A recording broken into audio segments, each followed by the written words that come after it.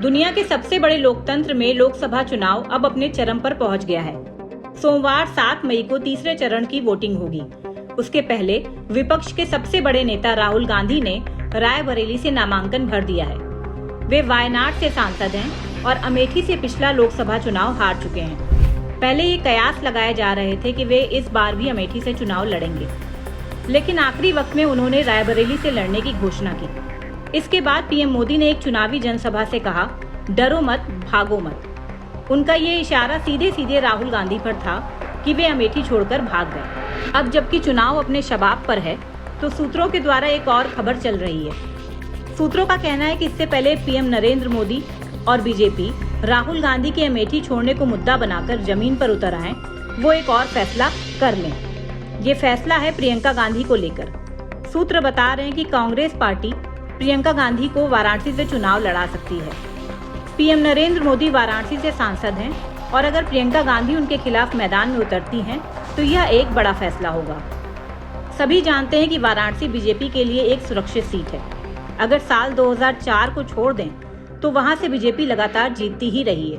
पहले शंकर प्रसाद जायसवाल 3 बार सांसद रहे, फिर मुरली मनोहर जोशी 1 बार सांसद रहे और फिर 2 बार से बड़े मार्जिन से नरेंद्र मोदी चुनाव जीतते रहे हैं। वाराणसी की विधानसभा की भी सभी सीट बीजेपी के पास ही है।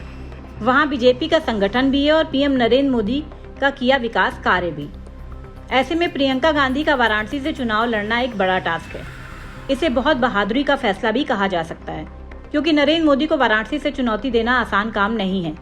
हालांकि चुनावी विशेषज्ञ का मानना है कि अगर प्रियंका गांधी वाराणसी से चुनाव लड़ती हैं, तो इससे वे नरेंद्र मोदी को वहां घेर सकती हैं। हो सकता है कि इसके बाद पीएम वाराणसी में ज्यादा रुकें और दूसरी सीटों पर कम जाएं। दूसरी तरफ अगर प्रियंका गांधी वाराणसी से लड़ती हैं, तो पूर्वांचल की दूसरी सीटों के साथ साथ बाकी के 4 फेज में भी चुनावों पर इंडिया गठबंधन को मजबूती मिल सकती है। वाराणसी बीजेपी के लिए महफूज सीट तो है, लेकिन साल 2004 में जिस तरह से एक जाति गोलबंदी और धार्मिक ध्रुवीकरण को होने से बचाकर कांग्रेस ने ये सीट निकाल ली थी, वैसे ही कुछ समीकरण बनाकर चुनाव को दिलचस्प किया जा सकता है।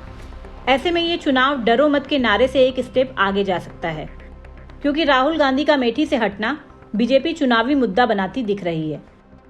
सूत्रों के अनुसार ये भी कयास लगाए जा रहे हैं कि कांग्रेस अध्यक्ष खड़गे भी बनारस से चुनाव लड़ सकते हैं। ऐसी परिस्थिति में भी दलित वोटरों का एक नैरेटिव बनेगा, जो पूरे चुनाव को प्रभावित कर सकता है।